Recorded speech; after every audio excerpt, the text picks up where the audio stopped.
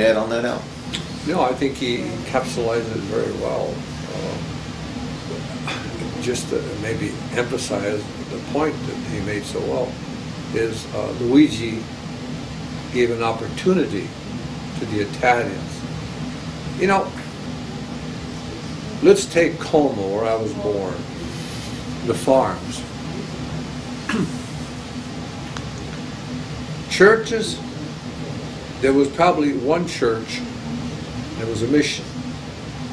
I meant that maybe a priest came there every so often on a schedule, almost like a circuit rider in the legal sense. And so the chances of those Italians going back to the church were very remote, and he created that vehicle. Because the Italians came over to this country from Italy. My father came over here, but my mother was still in Italy. So he was here all alone. So he gave a vehicle, an opportunity for them to get back to the church, something that they grew up with. That's a great thing. You know, I can see a strength in that, bringing people together and why they want to come together and join each other. What stories do you have about Providenza that you might like to share with us? Any special stories, funny story, anything? Do you want to repeat that, please? What stories do you have about Providenza? Any story that you might like to share about it? Any special one? How many months do we have? I know it's kind of a question, wide open. Any particular one? Christmas. Luigi would come over once a week, on average, to talk to me for about an hour and a half, 2 hours. We'd talk about the ICF, we'd go to lunch at Foster's, and then he'd go home or wherever he went. Now, during that time, there were a lot of stories. Luigi, of course, was Genoese like I am, and that's important. Al, do you think that's important? Oh, John, you're asking another than me, is it? What's important? I just guessed that. But Luigi had a great vision, and he was able to accomplish what he wanted, which was to bring the Italians to the forefront in the U.S. and to be Catholic at the same time. And I got involved in it, and like Al said, I was happy to do so. I felt it was something worthwhile. Plus, we had some interesting people in the ICF, like Felix Galvo, that I mentioned, and so forth, Ario Gregori, and that helped. So that was how I felt that Luigi's vision was carried out. What about you, Al? Do you have a special story that come to mind? Oh, guys, I think what Tom said is so accurate. You could spend an afternoon talking about the Luigiisms. Luigiism. Now, Joe Spinetta started writing down. Joe Spinetta, by the way, was a secretary to the executive committee.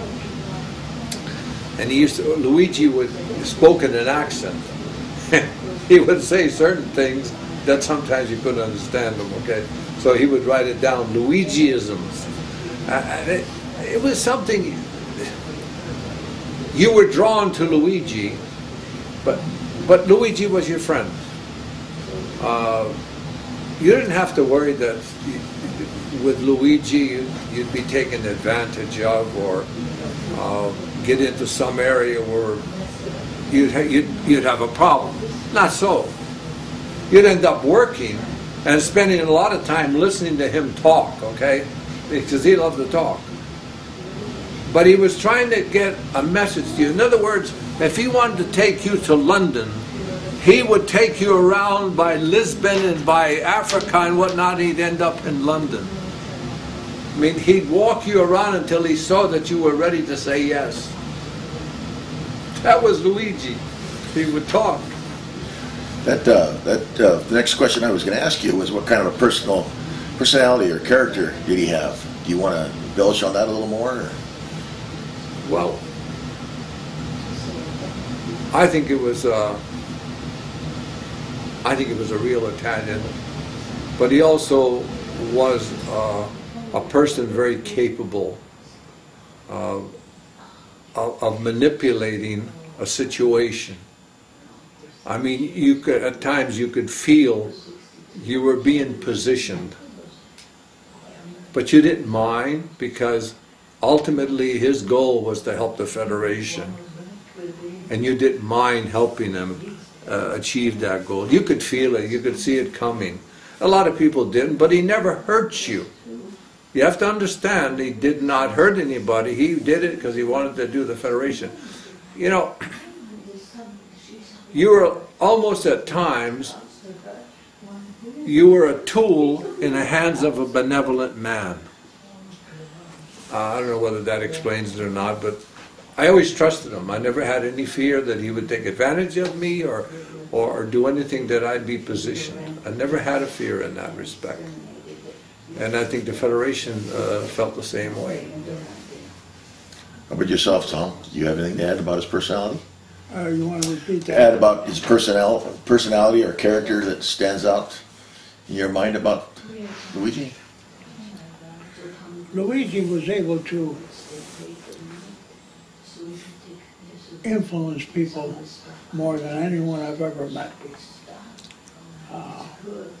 He would talk to you, and he would talk to you in a very friendly way, in a very easygoing way, but he always had a purpose in mind, and the purpose was a good one. Ultimately, his purpose was to further the aims of the ICF, which he'd formed, which he started.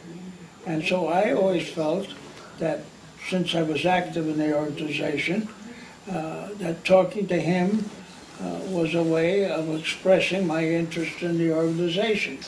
And he let me believe that talking to him was an asset to the ICF, and I think it was an asset, because Luigi had his own ideas. Now, Luigi's ideas did not always agree with mine, which shows that I wasn't that smart, because Luigi could see into the future, and Luigi was able to express his ideas in a dramatic way. We had parades, we had musicals, we had all kinds of activities that we no longer have in the ICF. But Luigi would use whatever was available. Thank you. What do you feel is the most important thing to remember about Luigi Providenza?